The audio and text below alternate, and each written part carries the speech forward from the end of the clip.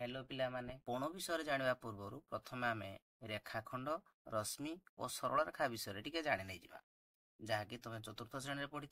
प्रथमे आमे देखिबा रेखाखंड। देख पिले ये हूँ आमर गोटे रेखाखंड तार ना आमे देदेबा मनकर ना दिया गला क ख रेखाखंड। आको आमे कोन लिखिबा क ख रेखाखंड। क ख रेखाखंड को आमे आउ गोटे प्रकार रे मध्ये लिखि पारा। एबडी क ख ऊपर गारडी देदेले आकु आमे क ख रेखाखंड बोली मध्ये पढिबा। बुझी पारछो ए क ख रेखाखंड रो गोटिए ये प्रांत बिंदु ये आउ गोटे प्रांत बिंदु मोट केतोटी प्रांत बिंदु हला प्रांत बिंदु संख्या हला 2 दुईटी प्रांत बिंदु अछि। केतोटी प्रांत बिंदु अछि बिले दुईटी प्रांत बिंदु अछि। सेही परी आउ गोटे देख चित्र पिले देखिबा ये गोटे चित्र आर नाम मन कर दिया जाऊ च छ।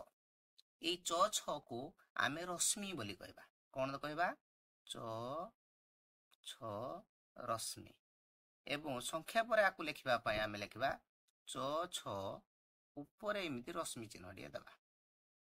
तो ए च छ रश्मि रे जदि देखिबा बेले च होची हमर गोटिए प्रांत बिंदु छ जो पटे जोड़ा अछि सेडी प्रांत बिंदु नाही एवं यह विस्तृत आकु जदि आमे चाहिबा एपटको आहुरी बढ़ेई परिबा सेति पय तीर चिन्ह दिया जायछि। तीर चिन्ह देबार अर्थ होला ये विस्तृत एपटरे अर्थात ये गोटिए मात्र प्रांत बिंदु अछि अन्य दिगरे विस्तृत। से परे आ गोटे चित्र देखो ए चित्रटी देखो गोटिए मध्य एतरे प्रांत बिंदु नाही ए दिगरे मध्य से विस्तृत ए दिगरे मध्य से विस्तृत। यार नाम मन कर दिया जाऊ प आउ फ। प दिगरे मध्य से विस्तृत फ दिगरे मध्य विस्तृत उभय दिगरे विस्तृत तेणु आको आमे कहबा प फ सरल रेखा। कोन कहबा प फ सरल रेखा। संख्या पर जदि लिखिबा प फ पर एमिति सरल रेखा चिन्ह दिए देबा। ताहले पिले क ख रेखाखंड काहाकू कहबा आमे रेखाखंडकर संज्ञा होछि पिले दुईटी प्रांत बिंदु।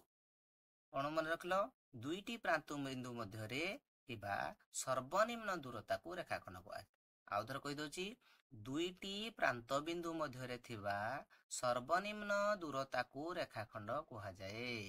जदि आमे एठी दुईटी प्रांत बिंदु नेई एई भली भाबरे गार टाणेबा एई भली भाबरे गार टाणेबा एई भली भाबरे गार टाणेबा एई भली भाबरे गार टाणेबा एई गुडी को रेखाखंड आमे कहिबा नाही। केवल दुईटी प्रांत बिंदु मध्यरे थिबा सर्वनिम्न दूरता को आमे रेखाखंड बोली कहिबा। माने रहला सेही परी जे गोटिए प्रांत बिंदु थाई एक रेखाखंड अन्य दिगरे विस्तृत हेले ताकू रश्मि कहा जाए। सेही परी सरल रेखार कथा आमे देखिबा जे गोटिए रेखाखंड जदि उभय दिगरे विस्तृत हुए ताहले ताकू हमर सरल रेखा बोली कहा जाए।